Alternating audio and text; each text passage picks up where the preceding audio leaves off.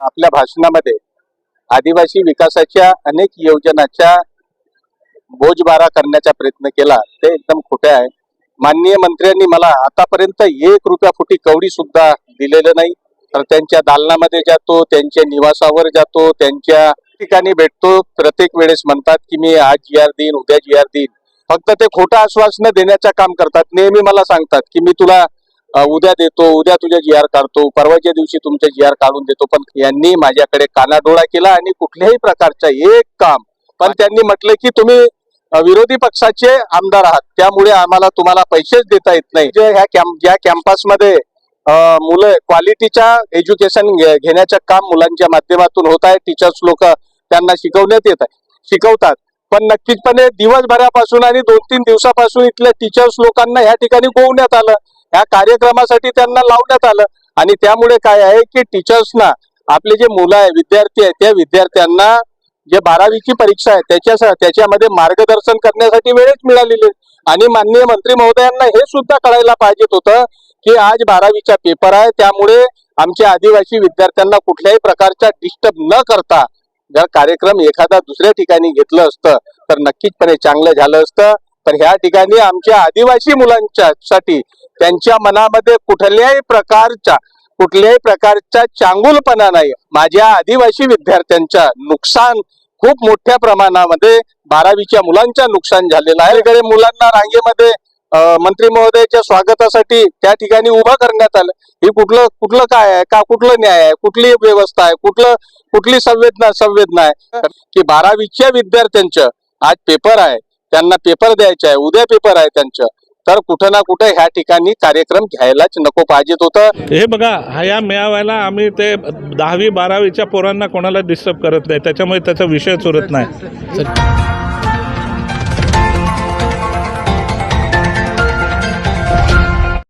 आज से है पूरे महाराष्ट्र में 12वीं बोर्ड की परीक्षा शुरू हुई है।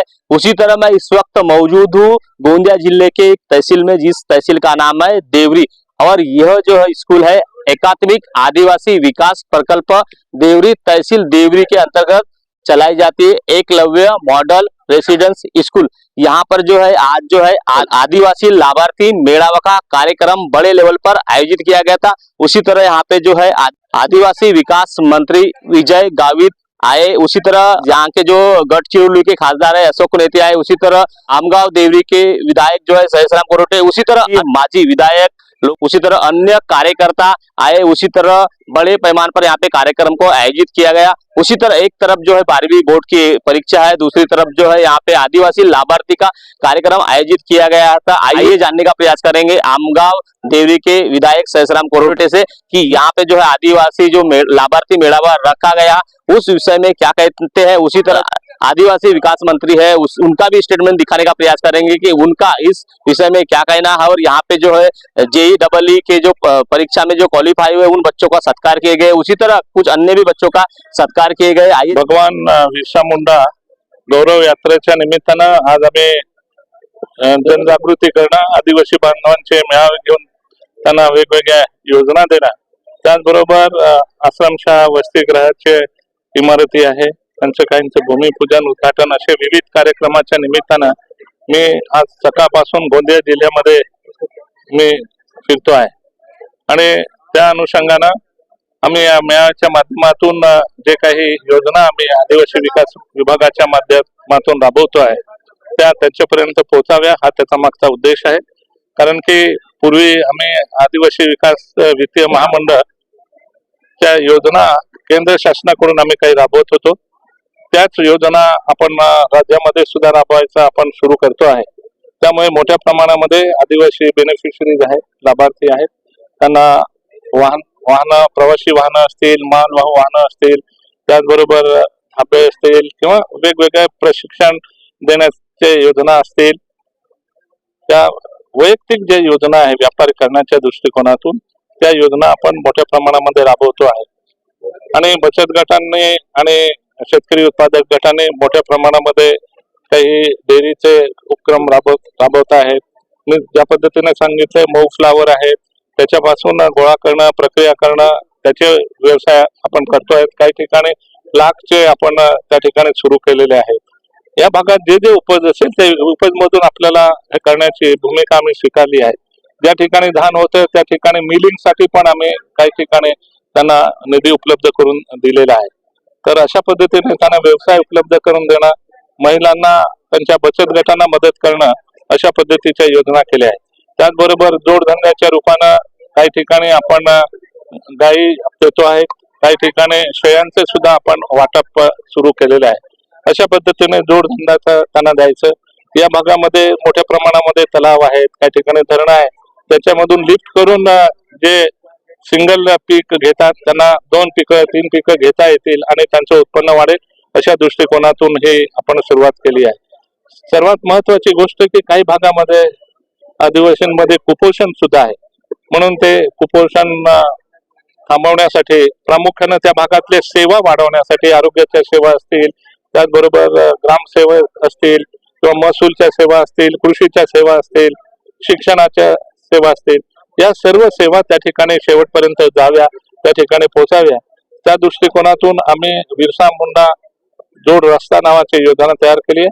तर जे नॉन प्लॅन रस्ते आहेत ते नॉन प्लॅन रस्ते घेऊन त्या सर्व या 2 वर्षामध्ये 100% त्या ठिकाणी रस्ते आपण उपलब्ध करून देऊ आणि त्याच्यामुळे हे जी सेवा आपण सर्व देतो, ज्या शेवटपर्यंत अजूनपर्यंत काही पोहोचत नाही, त्या पोहोचवण्याच्या दृष्टीने तो आपण सुद्धा आपला प्रयत्न आहे.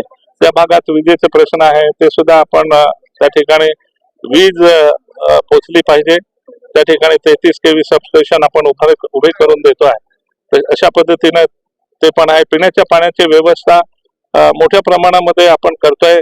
जे जे लहान पाडे आहेत, टोल आहेत, त्या टोल मध्ये सुद्धा स्वतंत्र पाणी पुरवठा योजना उभं करण्याचं काम आता आपण सुरू केलेलं आहे. हे बघा, या मेळाव्याला आम्ही ते 10वी 12वीच्या पोरांना कोणाला डिस्टर्ब करत नाही, त्याच्यामुळे त्याचा विषय उरत नाही. आज आदिवासी लाभार्थी मेळावा होता, या तुम्ही आले होते, काय सांगा? आज या ठिकाणी आदिवासी समाजातील लोकांना, काही महिला बचत गटांना, काही शेतकऱ्यांना काही लाभाच्या योजनाचा वाटप करण्याचा कार्यक्रम माननीय मंत्र्याच्या उपस्थितीमध्ये, अध्यक्षतेमध्ये या ठिकाणी करण्यात आलेला आहे. काही लोकांना ते वाटण्यात सुद्धा आलेलं आहे. महिला बचत गटांना काही ठिकाणी जेवणाची व्यवस्था पुरवण्यासाठी त्यांना त्या योजनेचा लाभ देण्यात आलेला आहे. पण खऱ्या अर्थात या ठिकाणी ज्याप्रमाणे आदरणीय सन्माननीय आमचे मंत्री महोदय यांनी आपल्या भाषणामध्ये आदिवासी विकासाच्या अनेक योजनांचा बोजबारा करण्याचा प्रयत्न केला, ते एकदम खोटे आहे. मी मागील 1 वर्षापासून ठक्कर बापा योजनेच्या अंतर्गत त्यांनी सांगितलं की ठक्कर बापामध्ये मी तुम्हाला मुबलक प्रमाणामध्ये, मोठ्या प्रमाणामध्ये पैसे देतो, पण माननीय मंत्र्यांनी मला आतापर्यंत 1 रुपया फुटी कवडी सुद्धा दिलेलं नाही. मी प्रत्येक आठवड्याला किंवा प्रत्येक 15 दिवसानं मी जेव्हाही मुंबईला गेलो तर त्यांच्या दालनामध्ये जातो, त्यांच्या निवासावर जातो, त्यांच्या मंत्रालयाच्या कॅबिन मध्ये जाऊन त्यांना भेटतो, त्यांना विधान भवनामध्ये भेटतो, प्रत्येक ठिकाणी भेटतो. प्रत्येक वेळेस म्हणतात की मी आज GR देईन, उद्या GR देईन, पण 1 वर्षापासून या आमगाव देवरी विधानसभेच्या विकासासाठी कुठल्याही प्रकारचा ते निधी आम्हाला उपलब्ध करून देत नाही. फक्त ते खोटं आश्वासनं देण्याचं काम करतात. नेहमी मला सांगतात की मी तुला उद्या देतो, उद्या तुझे GR काढतो, परवाच्या दिवशी तुमचे GR काढून देतो, पण कधीही GR काढत नाही. मी माझ्या भागातील अनेक जे रोड रस्ते आहे, खेडे गाव टोले या ठिकाणचे जे रोड रस्त्याचे काम आहे त्यांच्या सुद्धा मंत्री महोदयाकडे अनेकदा मी प्रस्ताव दिला, पण आम्हाला कुठल्याही प्रकारचे, मला माझ्या मतदारसंघामध्ये विकास करण्यासाठी यांनी माझ्याकडे कानाडोळा केला आणि कुठल्याही प्रकारचा एक काम माझ्या मतदारसंघामध्ये दिलेला नाही. मी त्यांना अनेक वेळेस माझ्या मतदारसंघामध्ये चिलमटोला ह्या गावासाठी जाण्यासाठी रस्ता नाही, पुलिया नाही, ह्याच्यासाठी सुद्धा त्यांना पैसे मागितले, करुजरीसाठी मागितले, पण त्यांनी म्हटले की तुम्ही विरोधी पक्षाचे आमदार आहात, त्यामुळे आम्हाला तुम्हाला पैसेच देता येत नाही, अशा प्रकारचा बहाणा करून त्यांनी आम्हाला निधी देण्याचे नेहमी टाळलेलं आहे. त्यामुळे मला सुद्धा वाटत नाही की त्यांच्या मनामध्ये एक म्हणजे करणी एक आणि कथनी एक अशा प्रकारची माननीय मंत्र्याच्या माध्यमातून ह्या ठिकाणी होत आहे. आणि कुठंतरी आमगाव देवरी विधानसभा क्षेत्रातील जनतेसाठी म्हणजे दुजा भावाची भूमिका म्हणजे या मंत्री महोदयाच्या माध्यमातून होत आहे. या ठिकाणी मी हे सांगत आहे. 12वीचे पेपर सुरू आहे ना, आदिवासी लाभार्थी मेळावा घेण्यात आला. काही पालक इथं नाराज दिसले, काय सांगाल? बरोबर आहे, कारण की हा एवढा मोठा अशा प्रकारचा इव्हेंट ह्या ठिकाणी घ्यायला नको पाहिजेत होतं. कारण की आज या कॅम्पसमध्ये मुलं क्वालिटीच्या एज्युकेशन घेण्याचं काम मुलांच्या माध्यमातून होत आहे. टीचर्स लोक त्यांना शिकवतात, पण नक्कीचपणे दिवसभरापासून आणि 2-3 दिवसापासून इथल्या टीचर्स लोकांना ह्या ठिकाणी गोवण्यात आलं. ह्या कार्यक्रमासाठी त्यांना लावण्यात आलं आणि त्यामुळे काय आहे की टीचर्सना आपले जे मुलं आहे, विद्यार्थी आहे, त्या विद्यार्थ्यांना जे 12वीची परीक्षा आहे त्याच्यामध्ये मार्गदर्शन करण्यासाठी वेळच मिळालेली. आणि माननीय मंत्री महोदयांना हे सुद्धा कळायला पाहिजे होतं की आज 12वीचा पेपर आहे, त्यामुळे आमच्या आदिवासी विद्यार्थ्यांना कुठल्याही प्रकारचा डिस्टर्ब न करता जर कार्यक्रम एखादा दुसऱ्या ठिकाणी घेतलं असतं तर नक्कीचपणे चांगलं झालं असतं. तर ह्या ठिकाणी आमच्या आदिवासी मुलांच्या साठी त्यांच्या मनामध्ये कुठल्याही प्रकारचा चांगुलपणा नाही असं ह्यावरून नक्कीचपणे दिसलेलं आहे. आणि आज हे एवढं मोठं इव्हेंट ह्या ठिकाणी घेतल्यामुळे माझ्या आदिवासी विद्यार्थ्यांच्या नुकसान खूप मोठ्या प्रमाणामध्ये 12वीच्या मुलांचं नुकसान झालेलं आहे. अशा ह्या प्रसंगी मी हे सांगू इच्छितो. तर उद्या जर कदाचित रिझल्ट बरोबर लागला नाही त्याची तर हे याचे जिम्मेदार मंत्री महोदय असतील, कारण की त्यांनी एवढा इव्हेंट इथं घ्यायलाच नको पाहिजेत होतं. त्यांनी ह्या कामामध्ये टीचर्स लोकांना गुंतवून ठेवला. आता इथं विद्यार्थ्यांना सुद्धा रांगेमध्ये उभे ठेवण्यात आले. त्यांचा अभ्यास एकीकडे तसाच राहिला, दुसरीकडे मुलांना रांगेमध्ये मंत्री महोदयाच्या स्वागतासाठी त्या ठिकाणी उभं करण्यात आलं. ही कुठलं काय आहे का, कुठलं न्याय आहे, कुठली व्यवस्था आहे, कुठली संवेदना आहे. कमीत कमी मंत्री महोदयांना समजायला पाहिजेत होतं की 12वीच्या विद्यार्थ्यांचं आज पेपर आहे, त्यांना पेपर द्यायचा आहे, उद्या पेपर आहे त्यांचं. तर कुठं ना कुठं ह्या ठिकाणी कार्यक्रम घ्यायलाच नको पाहिजेत होतं.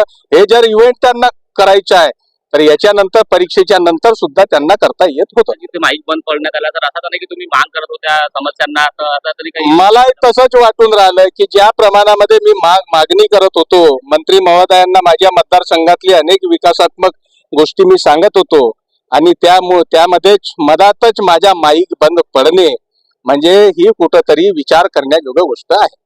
तो देखिए आपने आमगांव देवरी के जो विधायक है सहसराम कोरोटे, उन्होंने इस आदिवासी लाभार्थी मेळावा के बारे में क्या कहा है और यह जो कार्यक्रम यहाँ पे बड़े पैमाने पे आयोजित किया गया था, विधायक सहसराम कोरोटे का कहना था कि यह जो कार्यक्रम है रेसिडेंसी स्कूल में न रखते हुए कई अन्य जगह भी रख सकते थे, ऐसा उन्होंने आज कहा। दर्शकों बने रहे इस तरह की खबर देखने के लिए। महेंद्र लिल्लारे, न्यूज़ प्रभात मीडिया, देवरी।